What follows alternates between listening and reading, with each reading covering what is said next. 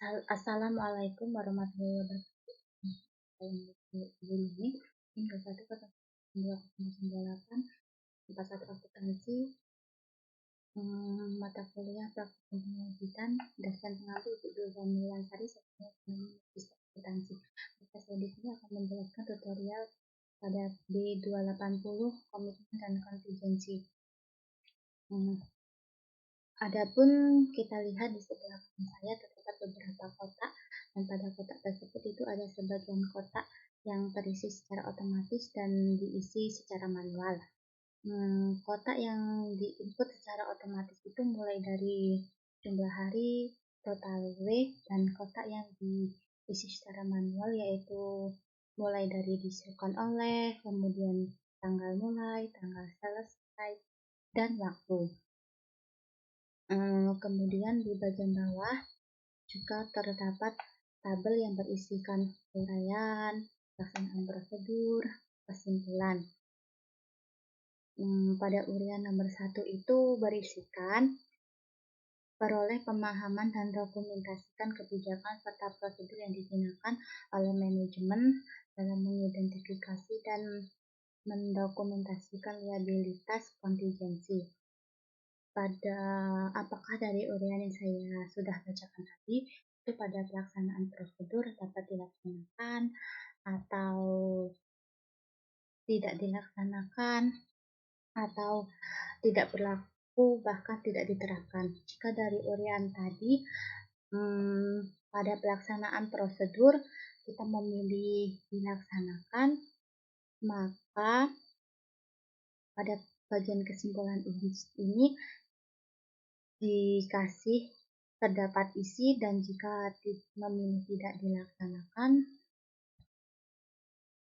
maka pada bagian kesimpulan ini akan berisi kosong karena kita tidak melaksanakan atau menerapkannya. Dan pada uraian berikutnya nomor 2 dan seterusnya itu caranya pun tetap sama dengan sebelumnya yang sudah saya jelaskan. Kemudian kita lihat di bagian bawah, yaitu di bagian bawah itu terdapat simpulan, yaitu di mana auditor harus menyimpulkan berdasarkan pertimbangan pada uraian atau pertanyaan sebelumnya yang sudah saya jelaskan tadi. Pada bagian simpulan ini terdapat 2 pilihan, yaitu yang pertama itu bukti audit cukup dan tepat serta penilaian komitmen dan kontingensi memadai. Yang kedua itu bukti audit tidak cukup dan tepat serta penilaian komitmen dan kontingensi tidak memadai. Jika kita memilih dari bukti audit tidak cukup dan tepat serta penilaian komitmen dan kontingensi itu tidak memadai, maka akan muncul tulisan jelaskan komitmen dan kontingensi yang terjadi. Di sini auditor itu diminta untuk menjelaskan hal tersebut.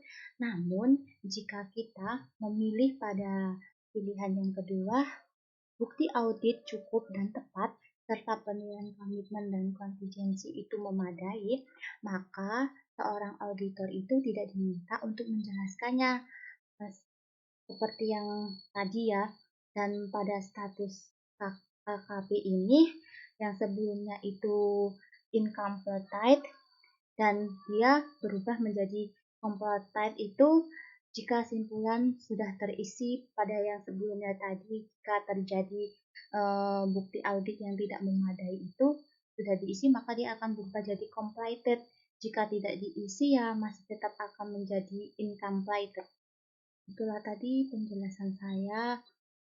Saya mohon maaf apabila ada kata-kata yang kurang berkenan, kata-kata yang kurang jelas dalam menyampaikan tutorial pengisian B280 komitmen kontingensi pada atlas. Saya mohon maaf. Saya akhiri. Wassalamualaikum warahmatullahi wabarakatuh.